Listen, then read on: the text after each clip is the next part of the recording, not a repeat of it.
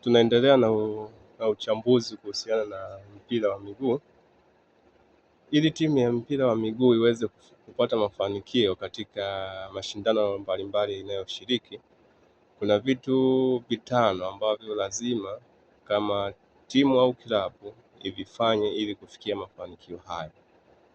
Jambo la kwanza ni utulivu katika uongozi, kwa maana uongozi unatakiwa kuwa kitu kimoja ili kupanga mipango yake kwa ufanisi, ili kuhakikisha maendeleo ya timu yanakuwa yako sawasawa, na hata namna ya kuendea usajili uwe katika usajili ulio thabiti kulingana na mapendekezo ya kocha.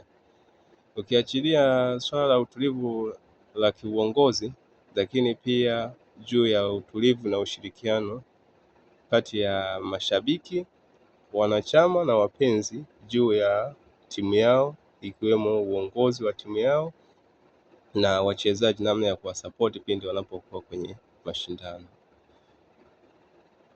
Jambo la tatu ni kuhusiana na ushirikiano baina ya taasisi moja kwenda taasisi nyingine, nikiwa namaanisha kwamba kati ya klabu na wadhamini au wafadhili wa klabu husika. Hapo ndipo itakachoenda kuisaidia timu kuwa na matokeo mazuri uwanjani na hata nje ya uwanja.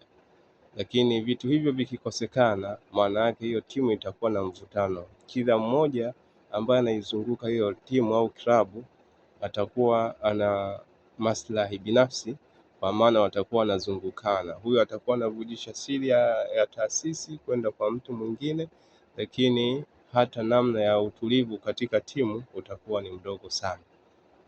Kwa hiyo inahitaji vitu hivyo viweze kuapply vizuri ili kuhakikisha kwamba timu inabaki kwenye utulivu wake na uongozi unatekeleza majukumu yake kwa ufasaha, lakini pia hata benchi la ufundi linafanya mambo yake kwa utulivu bila kuingiliwa katika namna yoyote ya kimaamuzi.